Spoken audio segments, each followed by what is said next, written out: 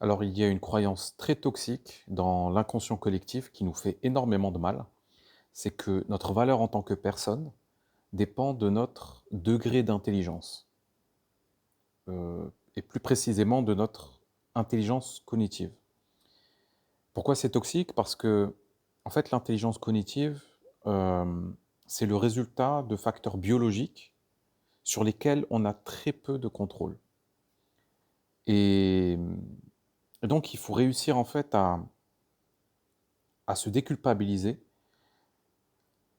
lorsqu'on se compare à une personne qui est plus intelligente que nous, d'accord? Peut-être que ça t'est arrivé d'être face à des gens qui sont plus intelligents que toi, qui ont une meilleure mémoire, de meilleurs, réflexes, de pensée et peut-être que tu t'es rabaissé à ce moment-là. Tu t'es dit: «C'est pas normal, je devrais être plus intelligent, je suis nul, je suis une merde». On est vraiment très, hem, on est très exigeant envers nous-mêmes, trop sévère même, alors que l'intelligence cognitive, bah, on n'a pas d'emprise dessus, on n'a pas de contrôle dessus, donc il faut se rappeler que notre valeur ne dépend pas de ça. Notre valeur, en fait, elle n'a aucune condition.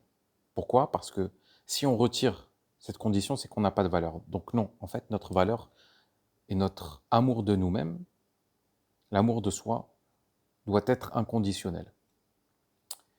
Et, et en fait, il faut aussi avoir de l'empathie et de la compassion pour les autres. Par exemple, imaginons une personne qui a une déficience mentale, une déficience intellectuelle. Est-ce que ça voudrait dire qu'elle a moins de valeur qu'une personne qui a un quotient intellectuel supérieur à 120?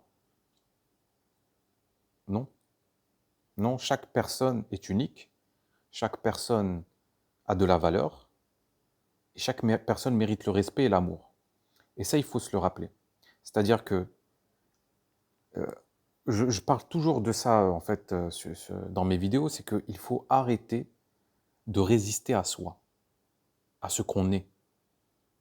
C'est très, c'est très difficile à entendre parce que on vit dans une société où tout le monde dans un monde où tout le monde résiste. Il n'y a pas de lâcher prise, il n'y a pas de: «OK, je m'accepte comme je suis». Et je sais que c'est très difficile parce que on est imparfait, on a des failles, on n'est pas on n'est pas forcément voilà, on n'est pas le quand on n'est pas une personne, qui correspond aux standards de beauté, qui correspond à ou qui coche toutes les cases voilà, des attentes de la société. Je sais que c'est pas facile de s'accepter comme ça, mais on est obligé. On est obligé, sinon notre vie va devenir un enfer. Donc il faut réussir à se défaire, en fait, de toutes ces croyances qui ne nous appartiennent pas, hein. On a internalisé des idées, des croyances qui ne nous appartiennent pas et qui nous font du mal. Donc cette croyance que notre valeur dépend de notre intelligence, elle est toxique, elle est à bannir.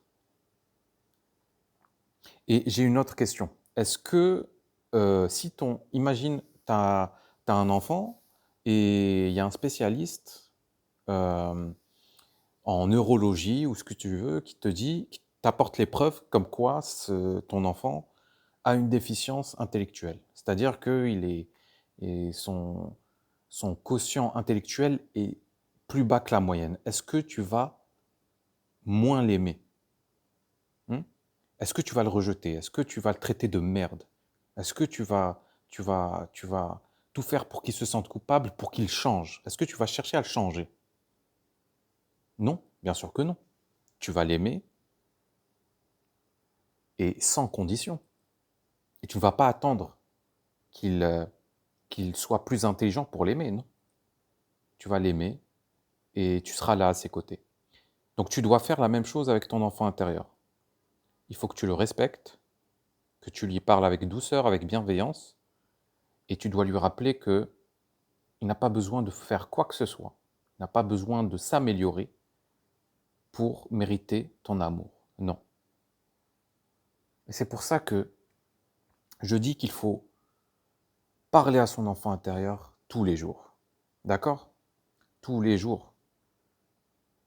Parce que très souvent, en fait, malheureusement, on est beaucoup à avoir eu des parents imparfaits et, et ils ont fait des erreurs, c'est-à-dire qu'ils ne nous ont pas donné l'amour inconditionnel dont on avait besoin, ils ne nous ont pas donné assez d'attention, assez de nourriture narcissique. C'est comme ça, il faut l'accepter. Ça ne veut pas dire qu'ils sont mauvais, mais maintenant c'est à toi de faire ce travail-là, de donner de l'amour inconditionnel à ton enfant intérieur. Il faut que tu rentres en contact avec lui et que tu lui rappelles qu'il n'a pas besoin de devenir intelligent, il n'a pas besoin d'avoir un business qui génère des millions d'euros pour être aimé.